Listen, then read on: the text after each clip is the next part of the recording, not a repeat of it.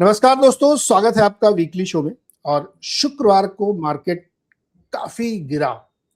उसके पीछे एक स्पेसिफिक रीजन था, लेकिन काफी ज्यादा गिरावट हुई और अक्रॉस द बोर्ड मार्केट गिरा। जबकि बीते 4 दिनों में एक दिन छुट्टी थी और बाकी 3 दिनों में मार्केट बहुत नहीं गिरा। नीचे भी सपोर्ट मिल रहा था और ऊपर रेजिस्टेंस था, तो 24,000 को क्रॉस करने में उसको बड़ी दिक्कत आ रही थी। लेकिन शुक्रवार को एमएसआई रिप्लेसिंग हुआ, प्लस मॉनसून का आउटलुक भी आया। उन सब की वजह से ब्रॉडर मार्केट में काफी तकलीफ हुई और मार्केट नीचे आया। तो ये वीकली नंबर है 25 से 29 का, जिसमें एक दिन छुट्टी थी। तो हमारे जो इंडाइसेस को आप देखिए, आपको लगेगा इसमें कुछ चेंज ही नहीं हुआ, एकदम वैसे ही था, जहां थे वहीं पे थे। रादर स्मॉल माइक्रो इन सब में अच्छी बाइंग हुई है। और सेक्टोरली भी आप देखेंगे तो कई सारे, इसमें एक हाईलाइट है एमएनसी। एमएनसी में भी खासतौर पे कैपिटल गुड्स वाली कंपनी जिसमें सीमेंस एबीबी आती है, जबरदस्त तेजी वहां पे देखने को मिली। तो सेक्टर अलग से आपको हाईलाइटेड दिख भी रहा है। इसीलिए एफआईआईस के जो नंबर है, इसमें एक नंबर 29 तारीख का आप देख रहे हो डैश डैश डैश, क्योंकि वो जब हम ये रिकॉर्डिंग करें तब तक वो नंबर आया नहीं था, क्योंकि बहुत ज्यादा नंबर लास्ट आवर में बाइंग सेलिंग हुई होगी, तो नंबर आया नहीं था। इसलिए हमने इसको वैसे ही ले लिया है। और ये जो मंथली और फिर पूरे साल का है, इसमें एक बहुत हाईलाइट है कि 2,75,000 अभी तक बेच चुके हैं मई में। और पिछले साल इन्होंने सिर्फ 3,06,000 बेचा था। मुझे डर हमेशा इसलिए लगता है कि अभी तो 7 महीने बाकी है, तो क्या होगा। तो खैर वो देखेंगे बाद में। इस परिस्थिति को देखते हुए 3 सवाल मेरे मन में आ रहे हैं। What are the reasons behind the market sharp decline outside the monsoon? Did the MSCI adjustment cause it majorly, या कुछ और भी था? दूसरा है, what do you anticipate the Q4 GDP figures and RBI policy, क्योंकि दोनों अगले फ्राइडे को है। ये भी एक सरप्राइज है कि हमेशा जीडीपी का नंबर मंथ एंड वाले वर्किंग डे में आता था, सेकेंड मंथ की। यानी अब 31 मार्च को खत्म हुआ क्वार्टर, तो अप्रैल और मई के आखिरी दिन में आना चाहिए, जो कि एक हफ्ते डिले है। क्यों डिले मुझे नहीं पता, ये भी एक सरप्राइज है मेरे लिए। और तीसरा क्वेश्चन है कि इस हफ्ते एचडीएफसी के लिए एक बहुत नेगेटिव खबर आई जो इंडियन एक्सप्रेस में छपी, कि इन्होंने कुछ गड़बड़ किया 45 करोड़ का, जो कि इन्होंने ज्यादा पेमेंट किया, गलत तरीके से कैमोफ्लेज किया है। तो वो क्यों किया और क्या एचडीएफसी बैंक में अब एक बड़ा इशू खड़ा हो रहा है, इन सवालों के जवाब लेंगे। और देखिए सुनील सर मुस्कुरा रहे हैं मेरे सवालों को सुन के। सर, यही तो सबसे बड़े बड़े सवाल हैं आज, कि इतने पहले सवाल से शुरू करेंगे हम लोग। आप पहले तो बताइए कैसे हैं, क्या हालचाल। और ये जो शुक्रवार को मार्केट इतना भयानक गिरा है, ये केवल एमएससीआई है, कुछ और भी था? नहीं, मेरे ख्याल में ज्यादातर एमएससीआई था, बिकॉज वैसे तो जियोपॉलिटिक्स में ब्रेंट क्रूड का दाम तो 92 के नीचे आया। यस। तो वो बहुत पॉजिटिव रिएक्शन था। और इनफैक्ट मेरे ख्याल में फर्स्ट 2-3 मिनट इनिशियली मार्केट की शुरुआत में फ्राइडे को तो मार्केट बढ़ रही थी। फिर मॉनसून की खबर आई तो ये हुई, फिर दिन में ठीक नहीं चली, एक तरह ऊपर नीचे चली थी, बट एकदम लास्ट घंटे में मार्केट कोलैप्स हो गया फ्राइडे को। तो तो डेफिनेटली जो आपने पकड़ा है एमएससीआई, यस वही कारण है, तो सीधे उसमें उतरते हैं। चलो, ये एमएससीआई रीजिंग में क्या हुआ देखें। तो पहले ग्लोबल स्टैंडर्ड एक इंडेक्स होता है, फिर उनका अलग एक एमएससीआई स्मॉल कैप इंडेक्स भी होता है। तो ग्लोबल स्टैंडर्ड इंडेक्स में वहां पर इंक्लूड हुए फेडरल बैंक, एमसीएक्स, नाल्को और इंडियन बैंक। तो इनके जो स्टैंडर्ड इनफ्लोज है वो 11,000 करोड़ का इनफ्लो था। तो एफआईआई पैसिव इंडेक्स की बाइंग 11,000 करोड़ इन 4 शेयरों में शामिल हुआ। तो ये है positive effect of the index का। फिर अगले इसमें आते हैं इनकी एक्सक्लूजन्स का। तो यहां पे बहुत सारे बड़े कंपनी निकले। तो एक है हुंडई, दूसरा जुबिलेंट, फिर कल्याण और फिर आरवीएनएल, रेल विकास निगम। तो इनको कुल मिला के जो सेलिंग थी वो थी ऑलमोस्ट 6,000 करोड़ की। ये थी लास्ट जो लास्ट घंटे में होता है टिपिकली रीएडजस्टमेंट, वो ट्रैकिंग एरर को कम कराने के लिए passive funds generally last hour of trade, because market में जो चेंज हुआ उनको रेप्लिकेट करना है। अगर पहले ही कर देते और मार्केट उसके बाद गिर जाता तो फिर अगेन और एक ट्रेड करना पड़ता उनको टू रीएडजस्ट इट। तो जनरली ये पैसिव फंड्स के जो इंडेक्स में चेंज होते हैं, स्पेशली इंटरनेशनल पैसिव फंड्स, वो लास्ट आवर में ही करते हैं। मार्केट की मूवमेंट को देखकर उतना खरीदना उतना बेचना ये होता है। फिर इसके अलावा एक तीसरा चीज है जो मैंने कहा कि स्मॉल कैप इंडेक्स में भी, तो वहां पर देखे तो न्यू इंक्लूजन हुए हैं Escorts, Kubota, IREDA, anthem biosciences, Aditya infotech, physics वाला, टेनेको, फ्रैक्टल, पिन लैब्स, ऐसी बातें हुई है। तो ये थी मोटा मोटा जो एक ग्लोबल इंडेक्स की ये बात। मगर इसमें खास क्या है, क्यों इतना गिरावट आया, उसके लिए मैंने कुछ पॉइंट्स डाले हैं जो अगले स्लाइड में आप देखेंगे एक समरी की तरह। तो फर्स्ट, ये आज की जो शफलिंग हुई थी वो $1.6 बिलियन की शफलिंग हुई थी, राइट।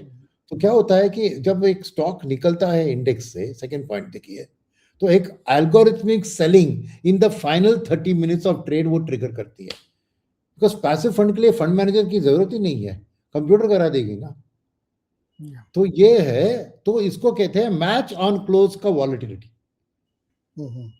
तो लास्ट घंटे में जब वो सेलिंग होता है तो उसके साथ क्या होता है, किसी और का पोजीशन भी इसके कारण घट जाता है। किसी ने स्टॉप लॉस डाला होगा और ये सेलिंग के कारण वो स्टॉक गिरता है, तो डोमेस्टिक निवेशक जिसका स्टॉप लॉस है उसको भी सेलिंग का होता है। एक जो होता है वो डोमिनो इफेक्ट कहते हैं, राइट। और किसमें क्या होता है कि कोई पैसिव फंड्स का भी यहां पर होगा, एक्टिव फंड का भी बेंचमार्क होगा पैसिव फंड, तो उनको भी अगर लगी करे ये इसके कारण ये शेयर गिर रहा है तो वो भी जाके उसको सेल करेंगे।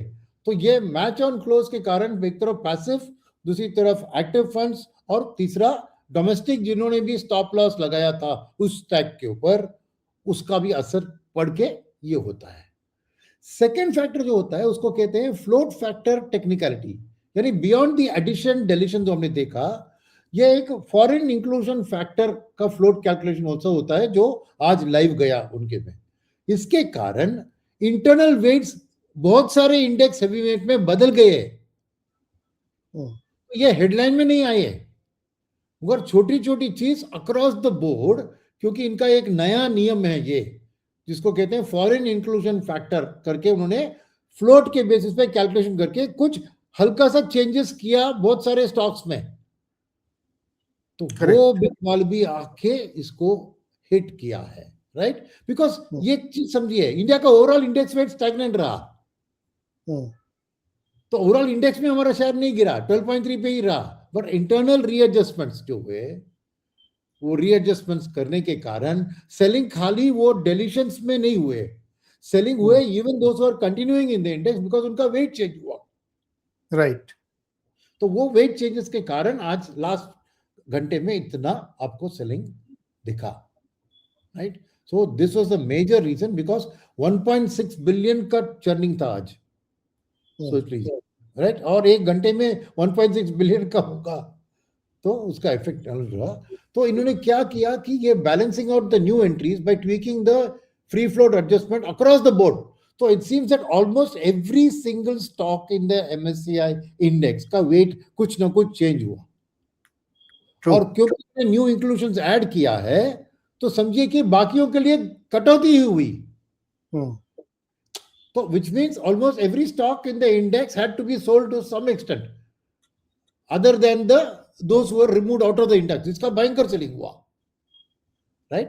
तो ये वेट अपग्रेड के कारण जो चेंजेस हुए थे, गेनर्स थे अदानी पावर और BPCL, दोनों थोड़ा वेट चेंज हुआ। लूजर्स थे TCS, हिंदुस्तान लीवर और Bajaj finance. Quite selling pressure इसको कह रहे हैं, राइट, बिकॉज उनके लिक्विडिटी, न्यू एडिशंस के लिए लिक्विडिटी के लिए इनको बेचना पड़ा। उनकी जो नई नियम है ना वो फॉरेन इंक्लूजन फैक्टर वाला, ये, राइट। और उसके अलावा जो फाइनली था कि ग्लोबल स्मॉल कैप में एक्चुअली करीबन क्या समझते हैं हम, 15 स्टॉक निकले गए। टोटल 474 स्टॉक्स है MSCI global small cap index में, उसको 459 में घटा दिया। तो वो 15 स्टॉक को कंप्लीट निकलना, और ये स्मॉल कैप में पता है ना आपको फ्री फ्लोट बहुत कम होती है, तो थोड़ा भी कॉल शेयर प्राइस बहुत करेक्ट हो जाता है। तो डेफिनेटली आपका क्वेश्चन का आंसर है कि फ्राइडे का जो भयंकर करेक्शन, स्पेशली जो last hour of the trade में हुआ, उसका मेन कारण था इस MSCI का रीबैलेंसिंग। और इसलिए फ्राइडे के करेक्शन को ज्यादा दिल पे मत ले सर। लेकिन मजेदार बात ये रही कि जो बड़े दिग्गज थे, HDFC, Reliance, ICICI bank, sharp fall, मतलब एकदम 3 कैंडल में पूरा नीचे कर दिया उनको। तो मेरा क्या है ना, ये कोई फंडामेंटल इश्यूज नहीं है, ये एक इंडेक्स की रीबैलेंसिंग के कारण हो रहा है। तो ये जो करेक्शन हुआ, मैं मानता हूं कि इनकी वैल्यूएशन और ओवरऑल मार्केट की वैल्यूएशन के लिए अच्छी खबर है। करेक्ट। हवा तो थोड़ी निकल गई, और एटलीस्ट FIS अभी इसको देखेंगे। तो मेरा मेरा मानना है कि ये इतनी कंपनियों के बारे में कोई बुरी खबर आकर नहीं निकाला है, ये एक इंडेक्स में रीवेटेज, उसकी कंपनी की परफॉर्मेंस या कुछ उसमें कुछ बदलाव नहीं है। तो इसके कारण मेरा मानना है कि जिसमें भी शेयर प्राइस ज्यादा गिरा है, वो एक्चुअली अगले हफ्ते रिकवर हो सकता है। यस, मंडे को ही लोग कह रहे हैं, मंडे को ही रिकवरी हो सकती है। तो रिकवरी आ जाएगी, मगर आज जरूर बहुत से लोगों को बहुत नुकसान हुआ होगा। जैसे मैंने कहा, किसी ने स्टॉप लॉस रखा, तो स्टॉप लॉस में क्या होता है, you recognise the cash loss. आप होल्ड करने की सोच रहे हैं, मगर होल्ड नहीं कर पाए, क्योंकि आप ही ने स्टॉप लॉस डाला है उसमें, समझ रहे आप। तो इन्हीं आज कैश लॉस बहुत हुआ होगा करेक्ट ट्रेडर्स के।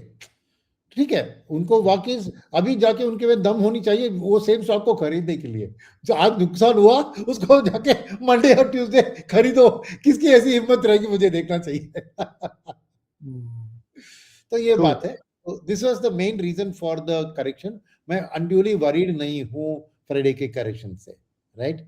ये तो रीबैलेंस तो होता रहेगा, तो ऐसी चीज तो होते रहेगी। और बात यह है कि समझिए, लास्ट 2 इयर्स में हमारा शेयर करीबन 18% से 12% गिरा है। So that's over a period of 2 years, वो बहुत भारी पड़ा है हमें।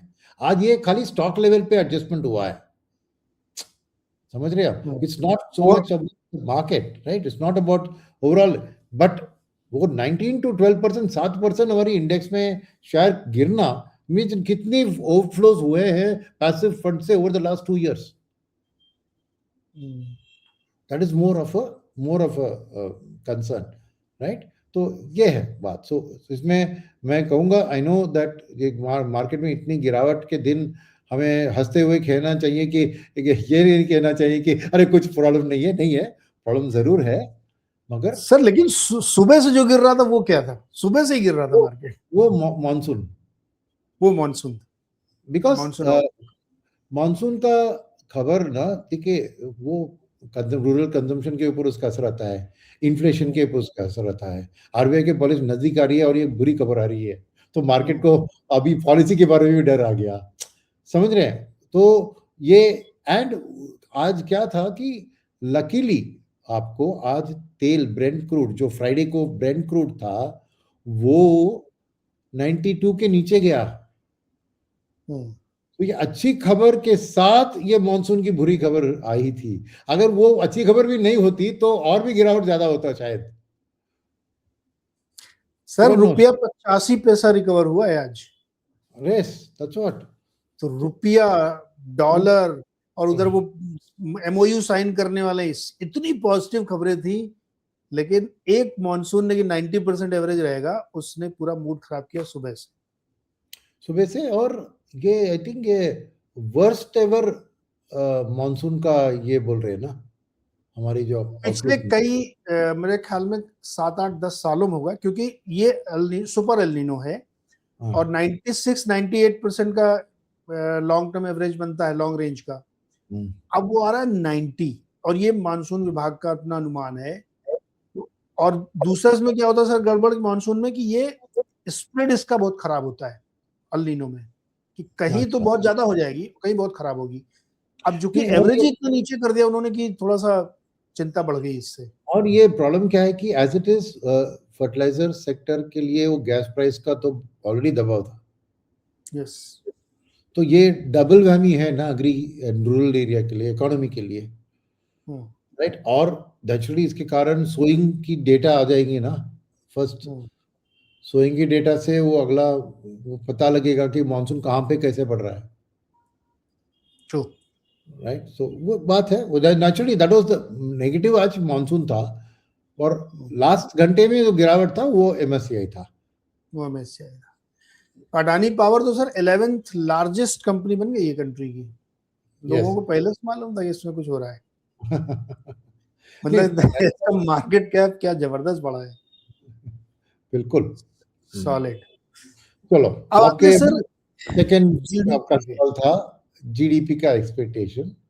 यस, तो आपके लिए जो कंसेंसस है वो 7 से 7.25 के करीब समझिए एक्सपेक्टेशन है। ये लास्ट ईयर की बात, Q4 की बात कर रहे हैं, और लास्ट ईयर का 7.4 to 7.6, और नॉमिनल जीडीपी का 8 to 8.6, बिकॉज 3 क्वार्टर के लिए आपको सीपीआई और डब्ल्यूपीआई कम थे। ये लास्ट क्वार्टर में ही थोड़ी बढ़त हुई है, राइट। तो नॉमिनल जीडीपी का इसलिए उतना बड़ा नहीं है, 8 to 8.6। वो जो पैरेलली आपको स्टॉक मार्केट की ओवरऑल साल के अर्निंग्स में दिखेगा। तो लास्ट क्वार्टर के अर्निंग्स में आपने देखा कि it was reasonably good, revenue growth reasonably good था मार्केट का, डिस्पाइट नॉमिनल जीडीपी, राइट। तो ये है, मगर ये एक मैक्रो हेडलाइन है। हमें जीडीपी को दो तरफ से देखना है, एक सप्लाई साइड से, एक डिमांड साइड से। तो सप्लाई साइड का कहते हैं जीवीए और डिमांड साइड का कहते हैं जीडीपी। तो सप्लाई में 3 भाग होते हैं, क्योंकि सप्लाई में क्या होता है, एक मैन्युफैक्चरिंग होता है, एक सर्विसेज होता है, एक अग्री होता है, राइट। इसको कहते हैं ग्रॉस वैल्यू एडेड, जीवीए, क्योंकि इकोनॉमी में सप्लाई साइड से वैल्यू ऐड होती है, राइट। जैसे आपने मिनरल्स को ग्राउंड से उखाड़ा, फिर उसको आयन ओर को उखाड़ा, उसको स्टील बना दिया, तो ये वैल्यू एडिशन है स्टील। तो वैसी बात है, राइट। तो मैन्युफैक्चरिंग और इंडस्ट्रियल में एक रेजिलियंस की नंबर एक्सपेक्टेड है, क्योंकि 6% की बढ़त मैन्युफैक्चरिंग से पिछले साल की दिखने की एक एक्सपेक्टेशन है। मगर ग्रोथ तो सर्विसेज के थ्रू भी है, थ्रू ही है, क्योंकि वो 7.5% पे मेनली ट्रेड, होटल, ट्रांसपोर्ट और फाइनेंशियल और प्रोफेशनल सर्विसेज, इस सेगमेंट का ग्रोथ ही देश की जीडीपी को वो 7%, 7.5% के करीब है। वो मेनली ड्यू टू सर्विसेज है, राइट। और सर्विसेज से साथ एग्रीकल्चर का भी लास्ट ईयर मानसून नॉर्मल था ना, और विंटर का जो रबी का क्रॉप था वो भी अच्छा था, तो इसीलिए एग्री का ग्रोथ स्टडी एक्सपेक्टेड है। लास्ट ईयर का नंबर 3.1 to 3.5। तो मगर ये सब लास्ट ईयर के है, याद रखिए, इसका फ्यूचर के लिए कोई मायना नहीं है, मगर एक इकोनॉमी की पिक्चर थोड़ी डिसेंट बता रही है ये। और अब आते हैं डिमांड साइड की जो जीडीपी की गणित होती है, नेक्स्ट स्लाइड में। वहां पे 3 होता है, कंजम्पशन, कैपेक्स और नेट एक्सपोर्ट्स, राइट। ये जैसा डिमांड साइड की गणित जीडीपी की होती है। तो कंजम्पशन में क्या है कि आपको 61% ऑफ जीडीपी अभी भी कंजम्पशन का शेयर है, राइट। तो इधर क्वेश्चन क्या है कि जो जीएसटी टैक्स रैशनलाइजेशन हुआ था, उसका अर्बन कंजम्पशन में पिका Q4 में दिखा था कि नहीं, ये जानना जरूरी है। मेरे ख्याल में डेफिनेटली ऑटो सेगमेंट में दिखा है, अगर बाकी सेगमेंट में दिखा कि नहीं, ये डेटा से ही हमें पता लगेगा, वो एक बात है। Second, GFCF, gross fixed capital formation, जो इन्वेस्टमेंट और कैपेक्स, वहां पे रेजिलियंस है, क्योंकि ये 30% ऑफ जीडीपी पे एक अच्छी नंबर है, डिसेंट नंबर है। पीक ऑफ द साइकिल में मुझे याद है it was about 36 last decade में, 2008 to 11 में एक पीक हुआ था जीएफसीएफ का। तो I think that at the time the peak reach was 36, अभी 30 पे है, व्हिच इज डिसेंट। और क्योंकि अभी भी प्राइवेट कैपेक्स एक ग्रेजुअल अनलॉकिंग फेज में है, पूरा कैपेक्स का भी शुरुआत हुआ ही नहीं है, और पब्लिक स्पेंडिंग ही आपको प्राइमरी एंकर है। बट इस चीज में जब ये जीडीपी को लेकर आगे बढ़ते हैं, एक सवाल एफआईएस के बारे में जो उठेगा, वो not through this data but discussion चालू होगी कि इस साल क्या फिस्कल डेफिसिट को प्रोटेक्ट करने के लिए गवर्नमेंट कैपेक्स को घटाएगी।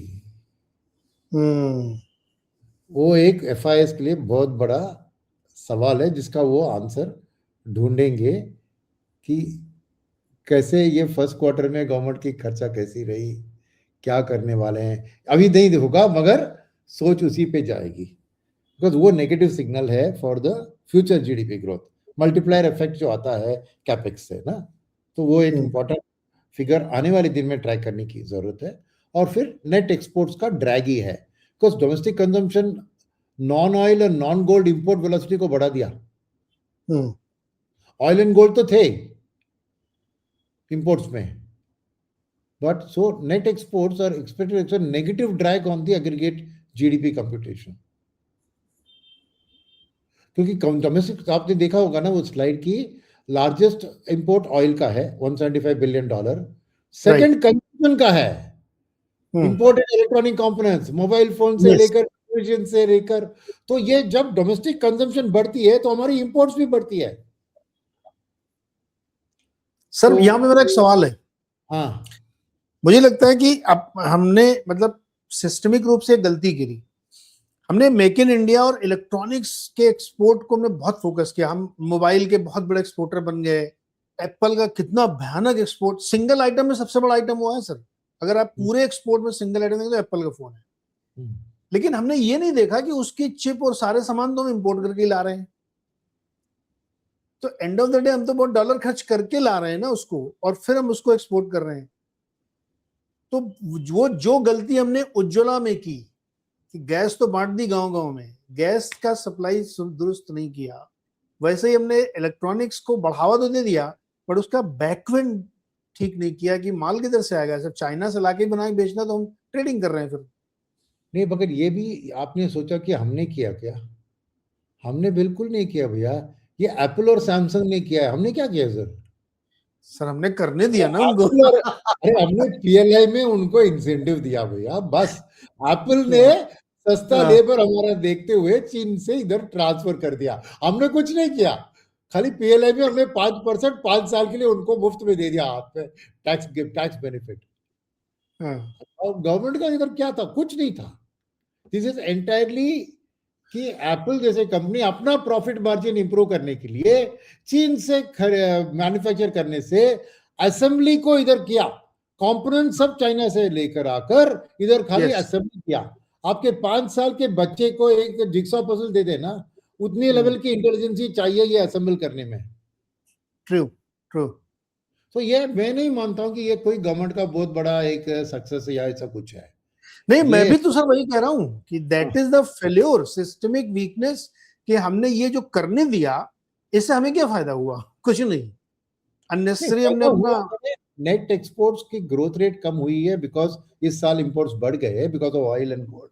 बट बेनिफिट ये हुआ कि नेट इवन इलेक्ट्रॉनिक्स कंपोनेंट में नेट फॉरेन एक्सचेंज ऑनर है ना, जितना भी आप इंपोर्ट करो उससे जो एक्सपोर्ट कर रहे हैं ना, नेट फॉरेन एक्सचेंज ऑनर है। तो ऐसा नहीं है कि, और नौकरियां तो दिलवाई, उतने असेंबलर्स के लिए तो नौकरी दिलवाई हमने। तो ऐसा नहीं है कि ये नेगेटिव है, मैंने it created some jobs in EMS and it also get some foreign exchange, because जो भी मार्जिन समझिए 5% का मार्जिन रहा होगा, एटलीस्ट 5% का हमें डॉलर का एक्सपोर्ट्स डॉलर मिले ना। तो ऐसे नहीं कि, मगर it could have been much better if we had done the Atmanirbharta in this program better. Exactly, my point is this only कि अभी देखिए क्या इसमें सर एक दिक्कत ये आएगी कि चिप की बहुत शॉर्टेज है पूरे वर्ल्ड में, प्राइसिंग गोइंग अप बाय 30-40%। मैं आपको एक इंटरनल बता रहा हूं खबर, सैमसंग ज्यादा फोकस कर रहा है इस समय रिफर्बिश्ड फोन भी बेचने पे, उसकी बहुत डिमांड है। अगर आप अपना सेकंड हैंड फोन शॉपिफाई पे बेचोगे जाके तो बहुत अच्छी कीमत मिलेगी, क्योंकि चिप नहीं है, तो वो उसी को ठीक ठाक करके फिर से चल रहा है, और चिप की कीमत 30-40% बढ़ गई है। तो ये सब चीजें हमको अब फेस करनी पड़ रही। एनीवे सर आगे बढ़ते हैं। आगे बढ़ते हैं। ये थी वो जीडीपी की एक्सपेक्टेशन, और आरबीआई पॉलिसी पे आते हैं क्योंकि अगले हफ्ते की बात है ये। यस, तो दो बड़ी चीज जो सामने है आरबीआई के, एक है क्रूड, दूसरा है करेंसी। ये दोनों दबाव में है। सिग्निफिकेंट इंपोर्टेड इन्फ्लेशन रिस्क भी है, इसके कारण करंट अकाउंट डेफिसिट भी बढ़ने की एक एक्सपेक्टेशन है, और करेंसी तो 4.5% ईयर टू डेट में गिरा है। तो इसको टैकल करना आरबीआई पॉलिसी का एक की मुद्दा, राइट। तो कंसेंसस आज स्टेटस क्वो का है। अभी भी मार्केट पार्टिसिपेंट सब मैंने पूछा देखा कि सब लोग कह रहे हैं कि आरबीआई स्टडी ही रखेगी रिपो रेट को और न्यूट्रल स्टांस को भी जायम रखेगी। मगर एक स्मॉल ओपिनियन का ये फॉर्म हो रहा है जो अगले स्लाइड में है कि हॉकिश रिस्क बढ़ रहा है, क्योंकि RBI might be forced into a 50 basis points rate hike, इधर इस जून पॉलिसी में या अगस्त में है, क्योंकि दो चीज है, करेंसी को डिफेंड करके जब यहाँ पर इंटरेस्ट रेट बढ़ती है तो फॉरेन फ्लोज डेट के अंदर आ सकते हैं, बिकॉज इंडियन डेट एक रियल रेट ऑफ रिटर्न में अच्छा रिटर्न दिलवा सकता है।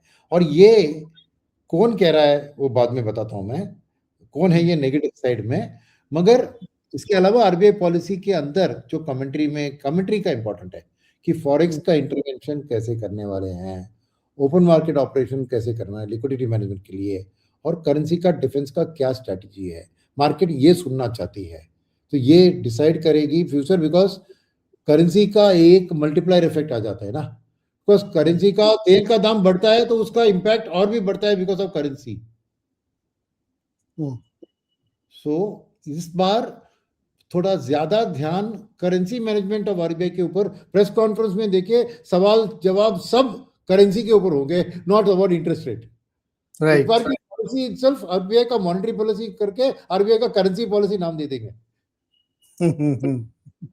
क्योंकि ये बहुत इंटरेस्टिंग है, बिकॉज देखिए उनकी पास्ट हालचाल भी देखिए कैसे उन्हें, एक बात था जब 92 में थी और 95 पे सडनली डिप्रिशिएट हुआ तो उन्होंने स्पेकुलेटिव कारण को बताकर बैंक के ऊपर दबाव डालकर वो सब एडमिनिस्ट्रेटिवली उन्हें वापस उसको 93 पे लाए 95 से, और फिर वापस उसको वापस 97 तक छोड़ दिया, फिर वापस इंटरवेंशन करके अभी उन्होंने 95 तक ये लाए गए।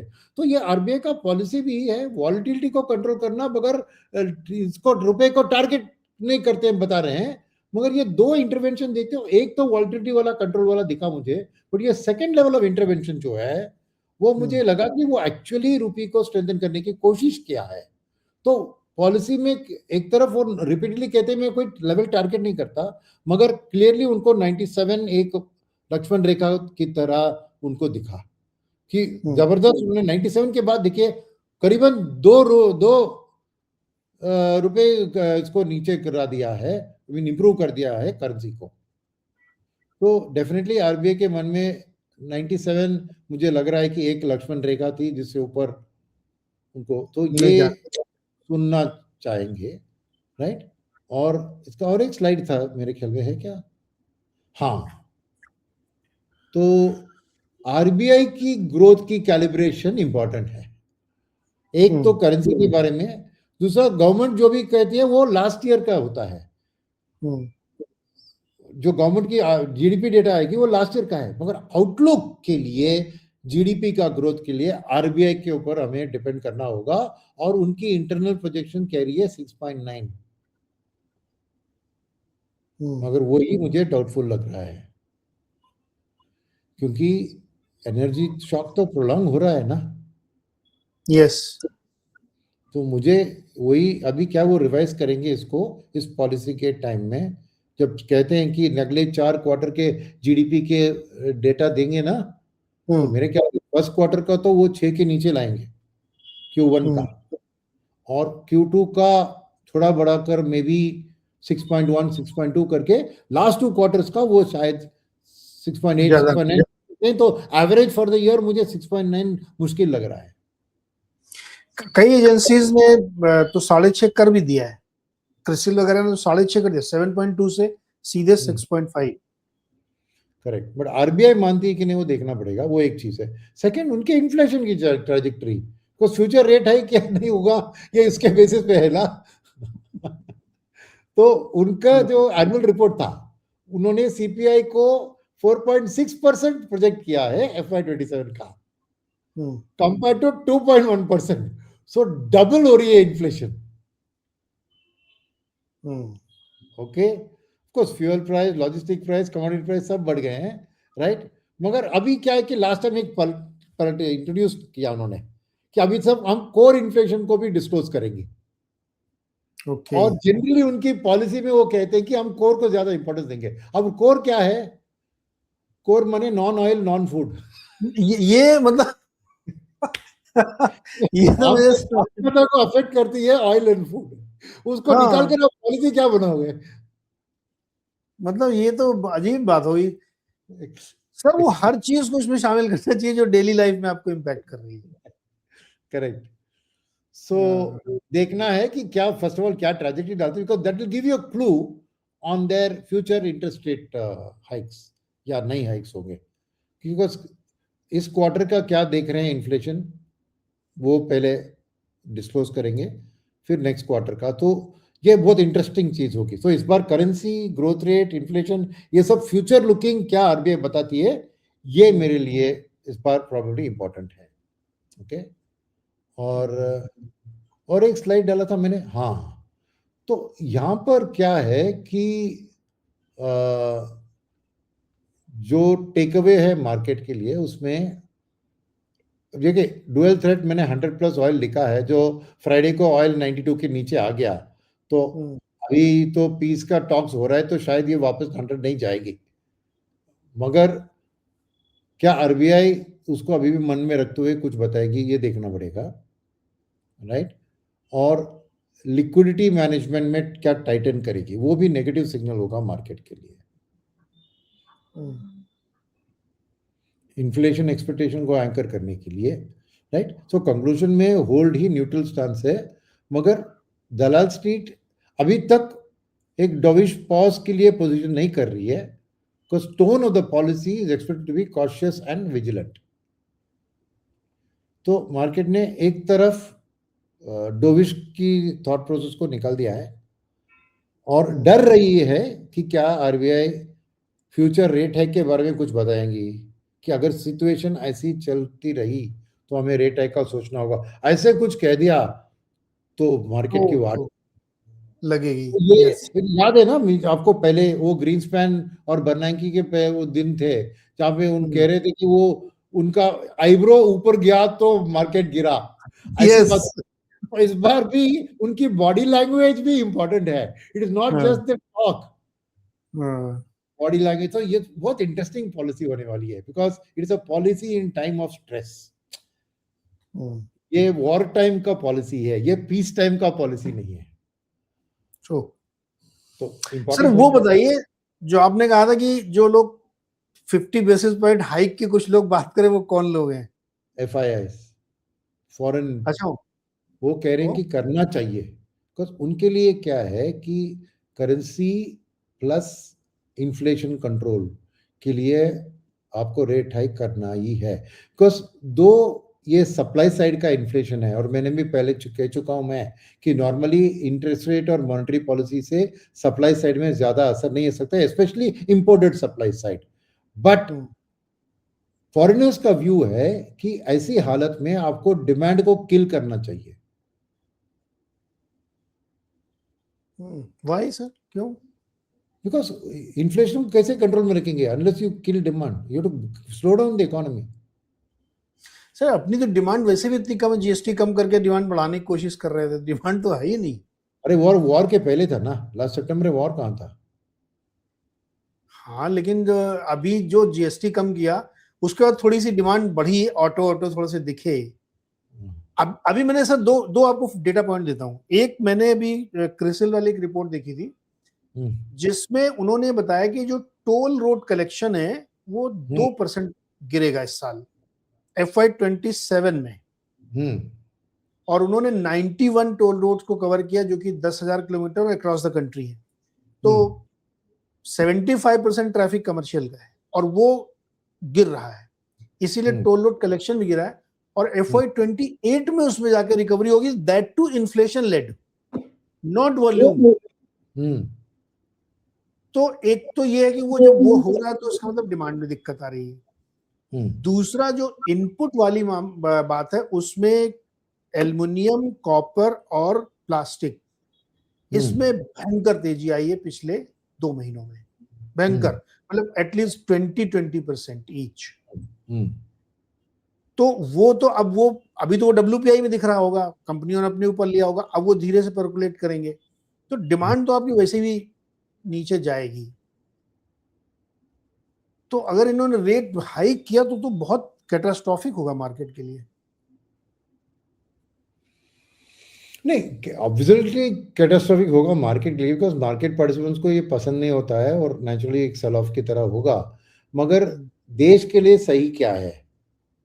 ये बात पे सोच रहे हैं। आप तो खाली मार्केट के बारे में सोच रहे हैं, जैसे मार्केट की हालत देश की हालत है।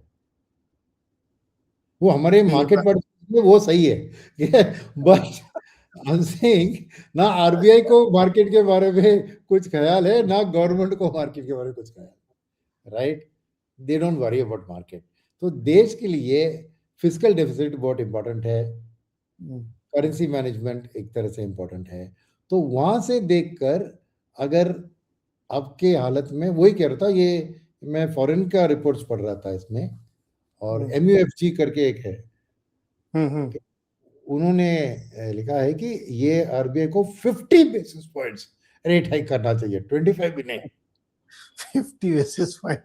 तो ये वही मैं कह रहा हूँ कि ये ठीक है, वही बोल रहा हूँ, आरबीआई ये सोच रही है कि मैं कैसे रुपये को थोड़ा स्टेबल रखूं, बिकॉज हमारी ट्रेड डेफिसिट कर रही है। Normally we need to support export, so currency weakening से एक्सपोर्ट को सपोर्ट मिलेगी करके एक सोच होती है।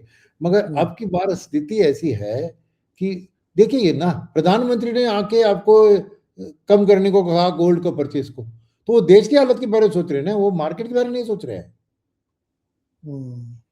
तो हमें भी जब पॉलिसी को इवैल्यूएट करते हैं, मैं इसीलिए मैं साफ कह रहा हूं कि आरबीआई के पास टफ चॉइसेस है, और मार्केट को जो पसंद नहीं है इसलिए हम उसको प्रे करें। मार्केट की आउटलुक अभी भी है कि नहीं, न्यूट्रल स्टांस में रहेगी, मार्केट होप में रही है। मगर ऐसा आरबीआई गवर्नर, अब सोचिए कि उनका मकसद क्या है, एक इन्फ्लेशन और ग्रोथ को बैलेंस करना है। अब अगर ऑयल के प्राइसेस, फूड के प्राइसेस और गोल्ड के प्राइसेस, ये तीनों करेंसी के कारण और भी बढ़ रहे हैं, in addition to their real prices, because food में फर्टिलाइजर का प्राइस बढ़ रहा है गैस प्राइस के कारण, गोल्ड में इंपोर्टेड गोल्ड का प्राइस बढ़ रहा है, और उसके ऊपर गवर्नमेंट ने भी अभी ड्यूटी भी लगा दी है, राइट? तो अब उसके ऊपर डिमांड अगर तेजी से बढ़ता है तो इन्फ्लेशन और ग्रोथ का बैलेंस एकदम सा टिल्ट हो जाता है। तो as a reserve bank governor उनको वही सोचना है कि इकोनॉमी में वो बैलेंस मेंटेन करना है ना। तो इसीलिए वो इन्फ्लेशन का ट्रैजेक्टरी देखिए, हम देख रहे हैं ये सब अलग अलग, उनकी वेटेजेस अलग होती है ना, हर चीज का वेटेज होता है इंडेक्स के अंदर, और आरबीआई को क्या है कि वो 6% से ऊपर जा रहा है तो डेफिनेटली उनको कंट्रोल करना चाहिए, उनका मैंडेट है वो। आरबीआई गवर्नर का मैंडेट है कि आप इन्फ्लेशन को बिटवीन 2 और 6 में मैनेज करो। तो अगर 6 के ऊपर दिख रही है कि जा रही है तो फिर उनको एक्शन लेना ही पड़ेगा। मगर एक चीज है जो मल्होत्रा जी ने पहले भी कहा है कि RBI will try to look beyond the current geopolitical crisis, because ये परमानेंट क्राइसिस नहीं है। If in his mind he can also वो स्टांस ले सकते हैं कि ठीक है भैया, एक क्वार्टर के लिए इन्फ्लेशन बढ़ गया, ठीक है, long term growth prospects economy को हमें डैमेज नहीं करना चाहिए करके वो रेट हाइक नहीं करेंगे करके ये भी कह सकते हैं। बट वो उनके जो कैलकुलेशन है, गणित है कि लेट्स से वन थिंग, अब वॉर खत्म होगी तो तेल कहां पे आके सेटल होगा, ये उनकी डिसीजन मेकिंग में जरूर आएगी। तो अगर वो नंबर है 85, तो 85 का क्या इंपैक्ट होगा इन्फ्लेशन के ऊपर, वो गणित तो करना पड़ेगा। 92 टू 85, अभी 92 आ गया फ्राइडे को, समझिए, अब 92 टू 85, राइट? सीधा आप देख रहे हैं कि 7 इसका सेविंग्स होगा, मगर 65 और 70 जो उनके पहले लास्ट ईयर की गणित में थे उससे $15 ऊपर है ना, राइट? और वो डॉलर में है। इसके अलावा 5% करेंसी भी वीक हुआ है ना, करेक्ट। तो वो compounding effect of oil plus currency आपको देखना चाहिए। तो वो एक बात है। अच्छा, एक चीज मैं बताना चाहता था, अभी मेरे को डेटा आ गया है आपके जो यस सर, मैं भी मैंने जस्ट वही देखा, 21,105 करोड़। मगर डीआईएस ने भी थोड़ा मैच किया, आज 16,000 करोड़ खरीदा है।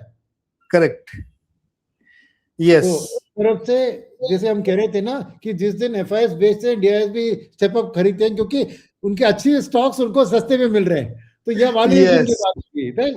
तो फुल्ली मैच नहीं कर पाए, बट एटलीस्ट 16,000 करोड़ भी रिकॉर्ड डीआई बाइंग है। हाल में, ट्रू, वेरी राइट? ट्रू। वो नंबर आप फिल कर दीजिए इसको सर्कुलेट करने से। सर लेकिन मेरा एक इसमें सवाल है, मुझे नहीं हाँ लगता कि रेट हाइक होगा, क्योंकि हमारी सरकार एफआई की सुनती कहाँ है, कुछ भी लिखते रहे वो, हम उनकी कहाँ सुनते हैं। देखिए, हम क्यों मैं हाइक ये कर। नहीं नहीं नहीं, आप, मैं ये नहीं कह रहा हूँ कि आरबीआई करेगी बिकॉज एफआईएस ने मांगा। मैं क्या कह रहा हूँ कि आरबीआई की सोच एक न्यूट्रल ऑब्जर्वर की तरह, यानी मैंने देश के लिए अच्छा क्या है, तो वो फॉरेन भी एफआईआई नहीं है, वो एक फॉरेन एनालिस्ट है, समझिए। और सर उन्होंने बोल दिया, अब तो बिल्कुल नहीं बढ़ाएंगे। नहीं बोलते तो सोचते भी अब नहीं बढ़ेगा, अब तो नहीं बढ़ाएंगे। सर मेरे एक क्वेश्चन का आप जवाब दीजिए, तब तक मैं उस डेटा को अपडेट करता हूँ। मेरा एक सवाल ये है कि हमने आज में एक्चुअली जीडीपी, मुझे उम्मीद थी आज आएगा, तो मैं थोड़ा पढ़ाई लिखाई कर रहा था, मैंने देखा कि 1950 से 1980 तक हमारी एवरेज जीडीपी ग्रोथ 3.5% थी, जिसको हिंदू रेट कहते थे।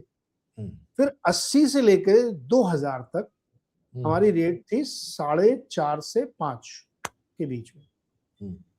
फिर वहां से लेकर के 2000 से लेकर 2015 तक 6.5 से 7 के बीच में हवर कर रही थी। 2015 से 2026 के बीच में हम 6% में। My question is not 6%, 6.5%। My question is कि हम 7% के ऊपर, 1-2 साल बीच में जब मनमोहन सिंह जी थे तो वो हुआ था बिकॉज ऑफ लिक्विडिटी झोंक दी थी, खूब पैसे, फोन बैंकिंग चली, तो लिक्विडिटी डालो तो ग्रोथ आई जाएगी। हम 7% को ब्रीच क्यों नहीं कर पाते? हम कुछ भी कर लें, पीएलआई कर लें, मैन्युफैक्चरिंग कर लें, कुछ कर लें, 7% से ऊपर जाते क्यों नहीं हम? क्या चीज ऐसी हमको रोक देती है कि वो एक जिंक्स बन गया है, 7 के ऊपर जाएंगे तो नीचे आ जाएंगे? Why? The reason for that is हमारी इकोनॉमी का purchasing power of our people is too low to feed the selling capacity of our labor. We are still an internally driven economy. हम मैन्युफैक्चर करते हैं हमारे लोगों को बेचने के लिए। आज देखिए, we are between Bangladesh and Kenya in per capita GDP 2800 पे। तो हमारी जो मैन्युफैक्चरिंग करते हैं, तो लो एंड प्रोडक्ट्स जो हमारे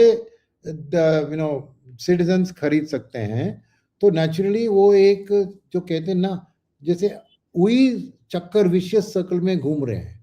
जिस दिन हम अपने प्रोडक्टिविटी, स्किल लेवल, टेक्नोलॉजी इसको बढ़ाकर फॉरेनर को बेचने के लायक, खाली हमारी जो लेबर कॉस्ट की जो एडवांटेज है हम किस में इस्तेमाल कर रहे हैं?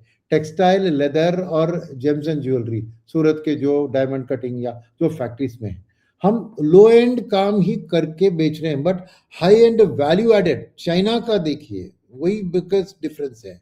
चाइना की शुरुआत में उसका घटिया प्रोडक्ट्स थे, हमारे कंट्री में भी आके डंप करते थे। 2000, 2001, 2 की बात करें तो इतनी घटिया थी, मगर उन्होंने जो वर्ल्ड के मैन्युफैक्चरिंग एक्सपोर्टर बन गए ना, वो उसका रास्ता था एमएनसीज। तो हमने पीएलआई के जरिए जो भी कोशिश कर रहे हैं लाने के लिए, उससे हमें बहुत ज़्यादा रिफॉर्म्स करने की ज़रूरत है। जहाँ पे जैसे चीन ने उनको खुलेआम आने को दिया, एनवायरमेंट कंसर्न को छोड़ दिया, ये छोड़ दिया, और फॉरेनर्स को इनिशियल फेज में अपने देश में आमंत्रित किया, और जब भी फॉरेनर्स में जाके जब कारखाना लगाया, उसको धीरे धीरे चाइन ने क्या कह रहे, उसको ऑब्जर्व किया, टेक्नोलॉजी को उसको अपग्रेड किया और ग्रो किया। तो today Chinese products are competing best in quality in the world. तो वो अमेरिका को अमेरिका के लायक प्रोडक्ट चाइनीज कंपनियां बेच रही है, not just American company in China, but उसका स्टेप 1 था अमेरिकन कंपनी।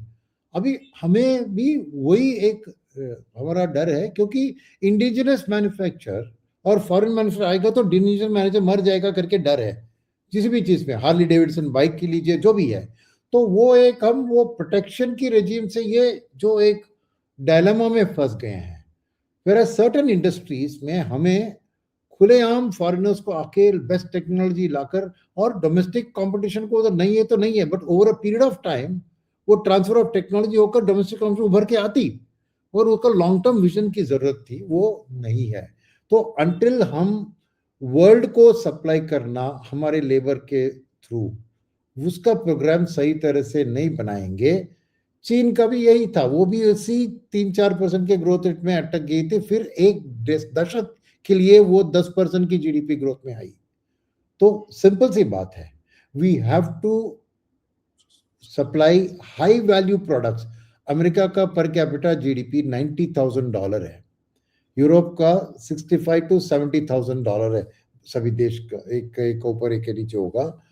उन देशों को हमें सप्लाई करना है। तो मेरी यही होप है कि ये जो mother of all deals Europe के साथ साइन किया है उसको बेनिफिट उठाकर हमें अल्टीमेटली वो हाई एंड प्रोडक्ट्स मैन्युफैक्चर करना चाहिए, तभी आपको इनफ प्रॉफिट मार्जिन रहेगा, हमारे देश के लेबरर्स को भी एक अच्छा सैलरी दे पाए, फिर उसके साथ डोमेस्टिक कंजम्पशन की वैल्यू बढ़ेगी, हमारी पर कैपिटा जीडीपी बढ़ेगी 4,000-5,000। तो that is the one thing जो हमारे देश को ये 7% के सीलिंग पर अटके रख रही है। और हार्श ट्रूथ ये भी है कि एग्रीकल्चर के ऊपर जो डिपेंडेंस है चीन का हमसे आधा हो गया है, हमारा अभी भी 16% है मेरा ख्याल में, चीन का 7 है, अमेरिका का 1% है। तो एग्रीकल्चर में क्या होता है कि लेबर ज्यादा इस्तेमाल होते हैं, मगर फूड प्रोडक्शन में वैल्यू एडिशन नहीं है ना, हमारा बेसिक फूड में ही है, तो उसका earning capacity even agricultural labours को कॉन्स्टेंटली वो एक लो इनकम सिचुएशन में ही रह रहे हैं अभी भी। मानते हैं कि हमने बहुत सारे लोगों को बिलो द पॉवर्टी लाइन से अबव द पॉवर्टी लाइन लाया है, मगर वो काफी नहीं है ना। पोलराइजेशन देखिए, मैं बताता हूँ हमको, 140 करोड़ की आबादी में 10% लोग 60% देश की जीडीपी को हासिल कर रहे हैं एज इनकम। यस, तो दैट मीन्स 126 करोड़ लोग 40% जीडीपी को अपने आप में बांट रहे हैं।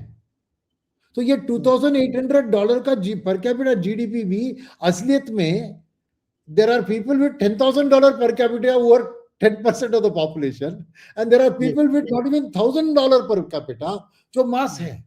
तो क्या उनकी खरीदने की क्षमता होगी ना, तो उनके लिए हाई एंड प्रोडक्ट्स बना के वेस्ट है, बिकॉज वो खरीदने का उनके पास दम नहीं है। और ये टॉप 10% ऑफ पॉपुलेशन भी इंपोर्टेड गुड्स खरीदती है, उसको डोमेस्टिक गुड खरीदने की जरूरत ही नहीं है, तो वो सीधा जाके फॉरेन ट्रिप में जाके सब सामान खरीद के आता है। तो that is the biggest challenge for us कि हमें जो चाइना +1 का स्ट्रैटेजी खाली बुक्स में था, उसको प्रैक्टिकल रियलिटी में हम नहीं ला पाए हैं। That is the single failure over the last 30 to 40 years. True, we have to have that vision to do that, मगर नहीं हुआ। एटलीस्ट उम्मीद थी कि इस गवर्नमेंट के आने से वो होगा, बट कुछ ज्यादा हुआ नहीं है। यस, एफडीआई का बड़ा बुरा देखा मैंने कि $95 बिलियन ग्रॉस एफडीआई आए थे। यस, 2014 में इट वाज वेरी लेस, बड़ा है, मगर it's not enough. We have to get it in $1 trillion, not in $1 billion. Yes, genuine FDI, मैं ये प्राइवेट इक्विटी को हम एफडीआई मान रहे हैं, ये private equity is not FDI. एक ना एक दिन वो आईपीओ करके पैसा लेके जाएगा। बिल्कुल, ज्यादा 3 साल बाद किसी ने कारखाना लगा दिया तो उसके, मगर कितने फॉरेनर्स ने देश में आके कारखाना लगा के बंद करके चले गए। Ford motor, general Motors, Chevrolet, Europe से भी टेस्ला वापस है। अभी फॉरेन ब्रांड में कौन सा है यहाँ पर दिग्गज वाला? Hyundai है, कोरिया का Hyundai कह सकते हैं, मारुति कह सकते हैं, सुजुकी, बस। बाकी तो टेस्ला को लगाना था, वापस चला गया। कितने लोग see Ford could not afford to manufacture in India, उसने शॉप को बंद कर दिया यहाँ। तो बात वही है कि we have to get the foreigners to come, तो वो उसके कारण technology transfer over a period of time होगा ना। So that is the only path, there is no other route. And अभी वो एक प्रेशर पॉइंट भी है, बिकॉज हमें नौकरियां दिलवानी है, बिकॉज युवा बढ़ रहे हैं। So some serious action is needed from the government on this. वो कैसे होगी पता नहीं। तो आपने अभी डेटा डाल दिया तो डिस्कस करते हैं। 21,105 करोड़ की सेलिंग है और इधर 16,764 करोड़ की बाइंग है। अब मेरा सवाल इसमें सर ये मुझे समझाइए कि अगर वो $1.5 बिलियन का डिजिट था तो बाकी के पैसा और भी तो लोगों ने बेचा या उसी में से सब आया $8 बिलियन का टोटल चर्न था, वो खाली नेगेटिव नहीं था।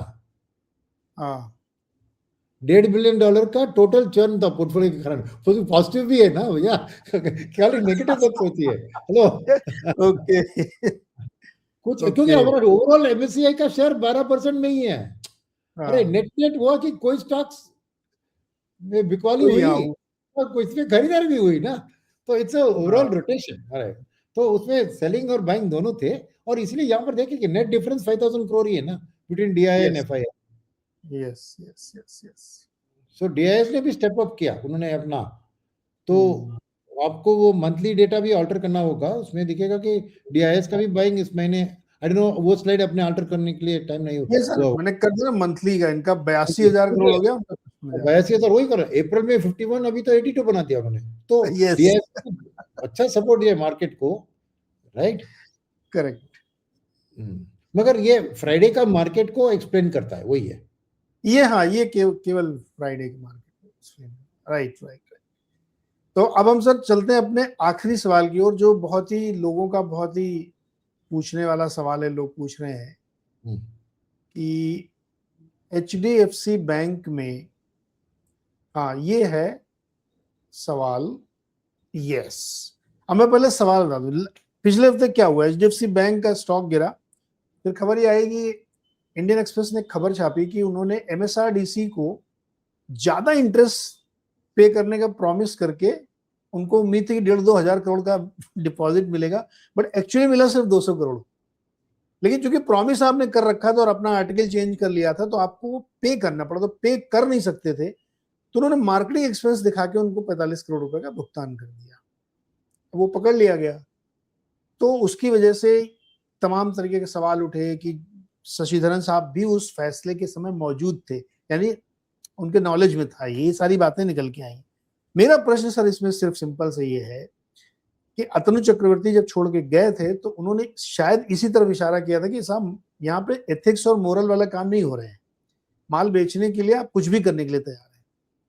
तो ये 45 करोड़ की रकम हो सकता है बहुत छोटी हो, लेकिन पता नहीं ऐसे कितने स्केलेटन हो, धीरे धीरे करके निकलेंगे, आई डोंट नो। तो ये ट्रस्ट का फैक्टर खत्म हो गया। बैंक के तो लिटरल मीनिंग ही ट्रस्ट होता है। I bank upon Sundaram sir, so how could I trust on this bank? मेरा सवाल ये है, अब आप मुझे समझाइए। ठीक है, मैं समझाता हूँ। तो पहली बात है कि ये एथिक्स का जो ये पहले स्लाइड में है, सबको पता है ये कि वो जो रेजिग्नेशन था वो, बट वो बहुत एक वेग था। उन्होंने भी बाद में क्लैरिफाई किया कि कुछ नहीं है, प्रेस कॉन्फ्रेंस दिया तो भी है, राइट? बट वो फर्स्ट झटका था जिसमें $7 बिलियन एचडीएफसी का मार्केट कैप वाइप ऑफ हो गया था, राइट? यस। और सेकंड जो चीज आपने कहा उसके बारे में मैंने लिखा है, जो एमएसआरडीसी की एलिगेशन है। तो regular approval processes and internal audit control को बाईपास करके उन्होंने वेंडर इनवॉइस को जनरेट करके कुछ पैसा दे दिया उनको, ठीक है, 45 करोड़ का, राइट? ये एलएच इनडायरेक्ट पेमेंट है। अब एक बात आपको समझने की जरूरत है, क्या आप समझते हैं कि इंडिया एक करप्शन फ्री सोसाइटी है? नो। राइट? तो अगर सिस्टम में किसी को रहना है तो ऐसी चीजें होती रहती है। ये मैं कहूंगा कि मैं इसको कॉर्पोरेट गवर्नेंस से इसको हट के देखता हूँ। मैं क्यों कह रहा हूँ, वो किसी को देना है, एक रोड में आपको ट्रैफिक का चालान मिल गया, आप कोशिश करते हैं ना कुछ 100, 200, 500, 1000 वो पुलिस वाले को देकर निकलने के लिए। अगर वो बात सामने आ गई, आपको बता गया कि अरे इसने पैसे को दिया ट्रैफिक कॉप को, तो इंडिया में एक इंडियन सिस्टम में है ना, ये आगे पीछे चलता है। वही मेरा बात है, ये कोई फ्रॉड नहीं है भैया। ये एक जो कहते हैं, देखिए ये इंडिया की बात कर रहे हैं, जापान में प्राइम मिनिस्टर तक करप्शन स्कैंडल में डिसमिस हुए हैं, राइट? सो और यूएस में भी इस करप्शन को लॉबिंग के नाम दिया जाता है, ट्रू, ठीक है? तो अफ्रीकन कंट्रीज में तो ये भयंकर है। तो मेरा मानना है कि इसका हम उसको बड़ा लफड़ा करके बैंक का कॉर्पोरेट गवर्नेंस की बात उठाना नहीं उठाना चाहिए। माने ऐसी बातें आप समझिए कि क्या सिटी बैंक में नहीं होती है अमेरिका में, या HSBC में नहीं होती। मैं नाम स्पेसिफिक नहीं ले रहा हूं, मगर ऐसे चीजें जो एक्सपीडाइटिंग पेमेंट्स नाम दिया जाता है इसको। और सबसे बड़ी बात है कि देखिए, आपने वो नाम लिया था अदानी का, क्या था, एलिगेशन था, वही था ना कि ये लाइसेंस को एक जिससे दूसरे को दिया था, उसमें कुछ पेमेंट का क्या होता। तो ऐसे एलिगेशंस एक ग्रोइंग इकोनॉमी में, we know that we are not a corruption free society, तो let's be practical. But if by the point is that हम एक्सपेक्ट करते हैं कि ऐसे बैंक की ऐसी चीजों को नहीं करेगी, वी हैव दिस, पॉलिटिशियंस ऐसे नहीं करेंगे, क्योंकि बोफोर्स के एलिगेशन के कारण राजीव गांधी का गया अपना प्राइम मिनिस्टरशिप, इलेक्शन हार गए। तो बात यह है कि दीज थिंग्स हैपन, ठीक है, मैं वो कह रहा हूं, मैं जस्टिफाई कर रहा हूं, ये नहीं कह रहा हूं, मगर इसके कारण कोई HDFC बैंक एक लफड़ा वाला बैंक करके आप नहीं कह सकते ना भैया। यही मेरा एक चीज है। आप मार्केट शेयर में मार्केट प्राइस को जो भी कीजिए, वो मुझे परफेक्टली ओके, बट बैंक के बारे में कॉर्पोरेट गवर्नेंस का उधर इशू, क्योंकि एक लार्ज बैंक को, एक सेल्समैन को जाके धंधा करना है उधर, तो होता है, अनएथिकल प्रैक्टिस होते हैं, वी टर्न अ ब्लाइंड आई। ये सही गलत की एथिक्स की बात में नहीं आ रहा हूं, मैं कह रहा हूं कि आप समझते हैं कि बड़े बड़े बैंक और बड़े बड़े इंस्टीट्यूशन में ऐसे कुछ नहीं होते हैं क्या? समझिए, समझ लीजिए ना, see it is a part of life. और ये भी है कि ये एक लोकल रीजनल सेल्स मैनेजर जिसके पास इंस्टीट्यूशनल डिपॉजिट का टारगेट था, उन्होंने ऐसा कुछ डिसीजन लिया होगा, क्या समझे ना? It's not the bank is selling him that you go and pay this bribe and do this.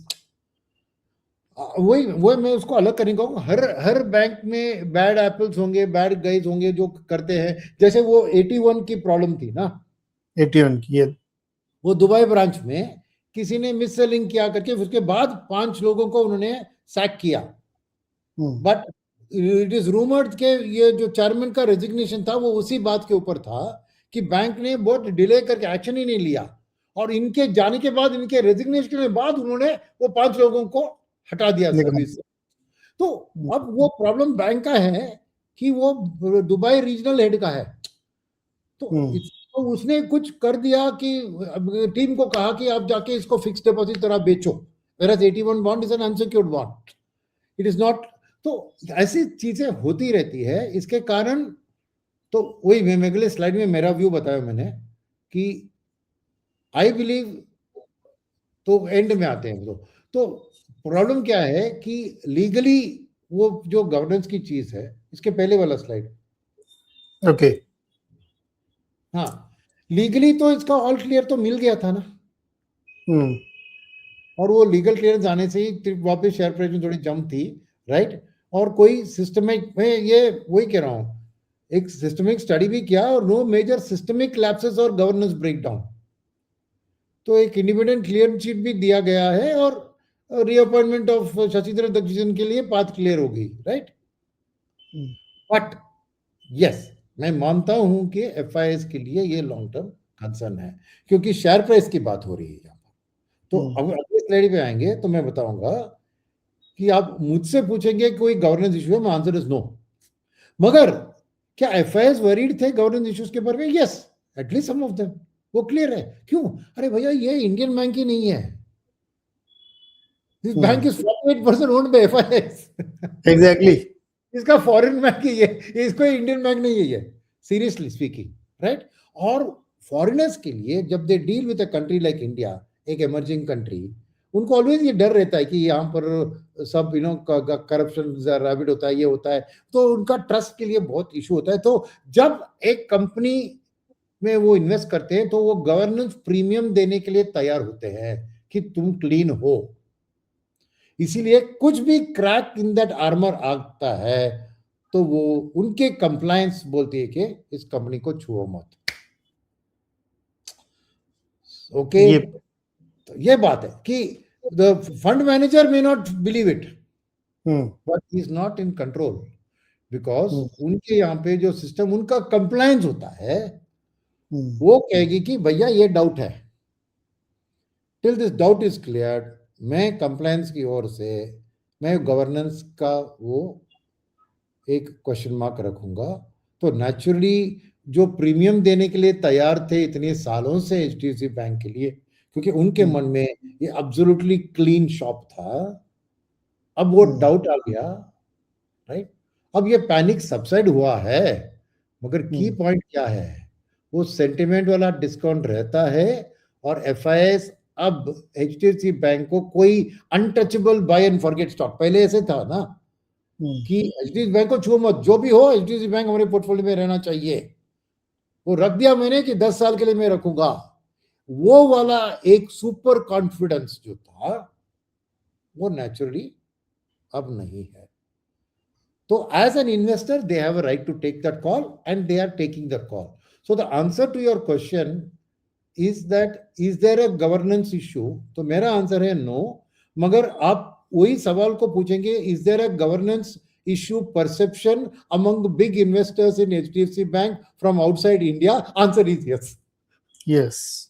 So now this is not a 5-star bank. According to me, अभी भी HDFC Bank is a very reliable bank, solid bank. मुझे कोई governance issue नहीं दिख रही है, मगर क्या फॉरेनर्स ऐसे सोचते हैं? बिल्कुल नहीं, because that's why the bank stock is under pressure. So that is the reality of the situation. So that is what my answer is in two parts.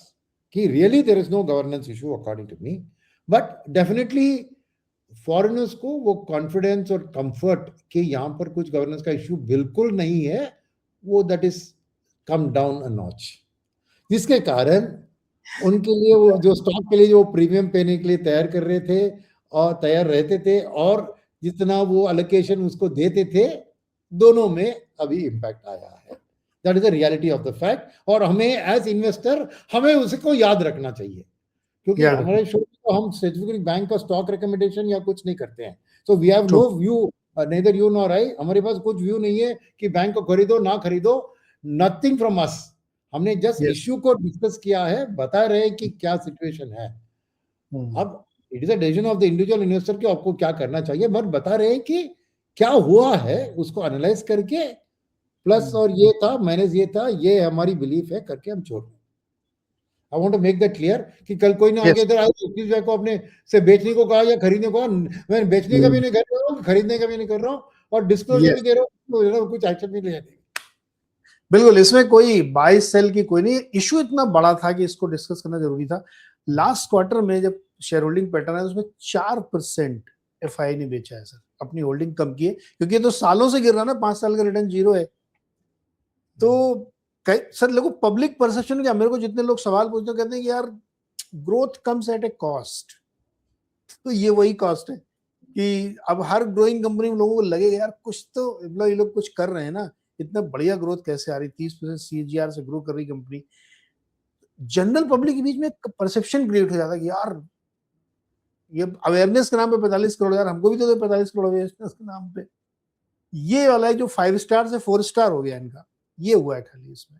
But हाँ ये सही कि फ्रॉड नहीं था, ये मार्केटिंग एक्सपेंस उन्होंने जो किया वो इथिकल क्वेश्चन था, इनको ऐसा करना नहीं चाहिए. सर वैसे तो क्या जर्नलिस्टों को कितने बड़े बड़े गिफ्ट दिए जाते हैं, डॉक्टर्स को फार्मा कंपनी एमआर के थ्रू कितने बड़े गिफ्ट देती है, वो सब मुझे पर्सनली मालूम है कि उनको फॉरेन ट्रिप करा दो, उनके दुकान में एसी लगा दो, ये सब चलता रहता है वहां पे.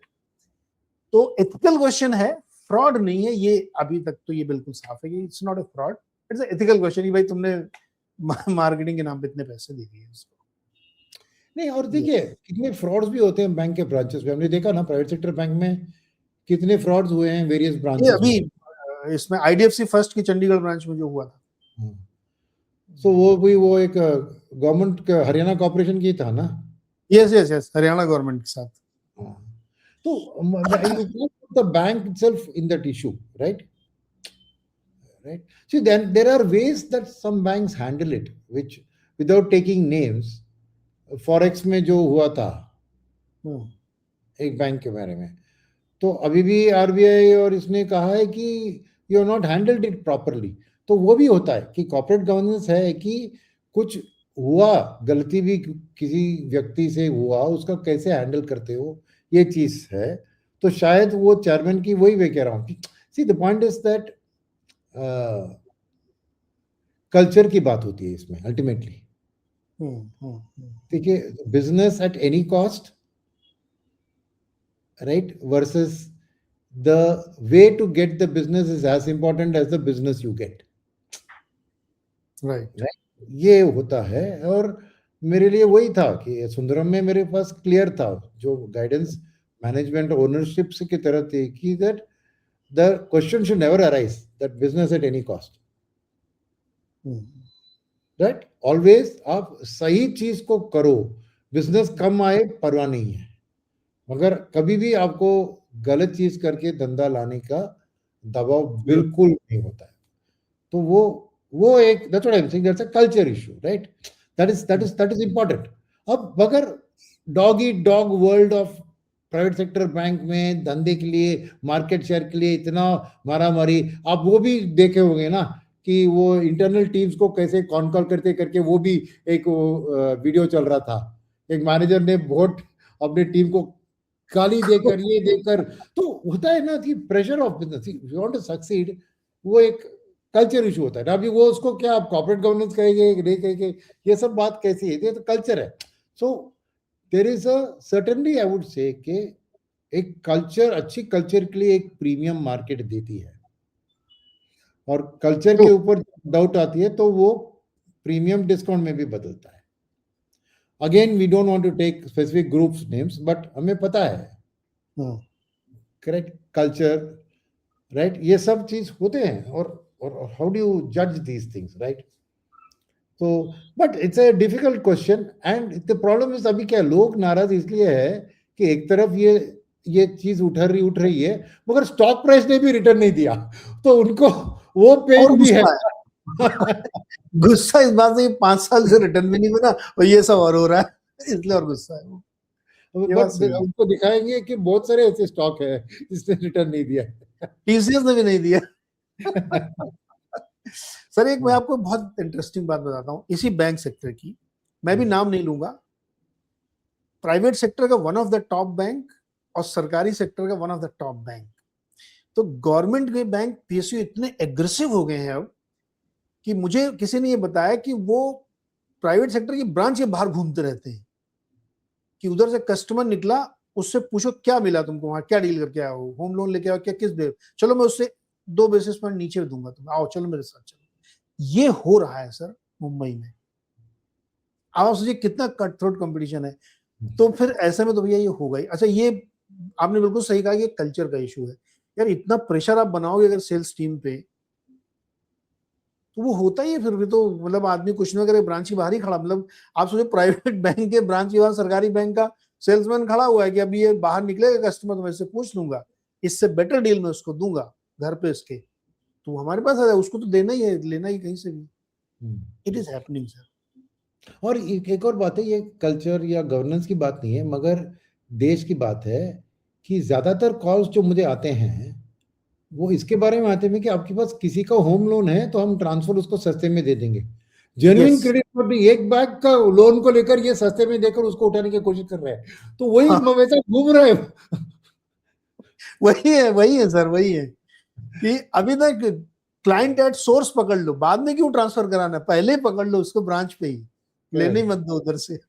ये भी हो रहा है और इसमें पीएसयू बहुत एग्रेसिव है। सरप्राइजिंग मेरे लिए था कि प्राइवेट एग्रेसिव होता तो ठीक है, गवर्नमेंट बैंक एग्रेसिव है, इस तरह से कर रहे हैं ना। वो प्राइवेट में ना वो profit and loss account properly गणित करते हैं, पीएसयू में वो ग्रे एरिया होता है। यस ठीक है, होता है, बट ग्रोइंग कंट्री ये सब एक्चुअली हाँ, मतलब फ्रॉड की कैटेगरी नहीं रख सकते इसको, ये एक एथिकल प्रैक्टिस थी, हर जगह का अलग अलग कल्चर होता है और वो ऐसा हुआ। लेकिन आपने सही कहा कि एफआईआई के मन में थोड़ा सा वो हो जाता है कि प्रीमियम नहीं देंगे अब, क्योंकि आपके यहाँ ऐसा कुछ भी होता है।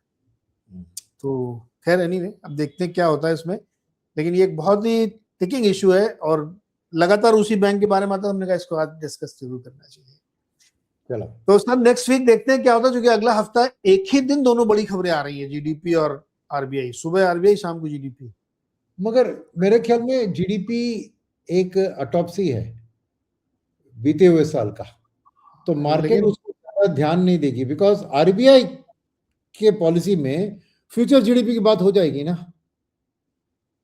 तो जो कुछ कांड होना वो 3:30 बजे तक हो जाएगा, 5 बजे जो मर्जी वो दे दो आप। आरबीआई आपको अगले 4 क्वार्टर की जीडीपी का नंबर बता देगी क्या आने वाला है, तो उसके बाद वो हुआ था जो उसको किसको क्या कर रहा है उससे।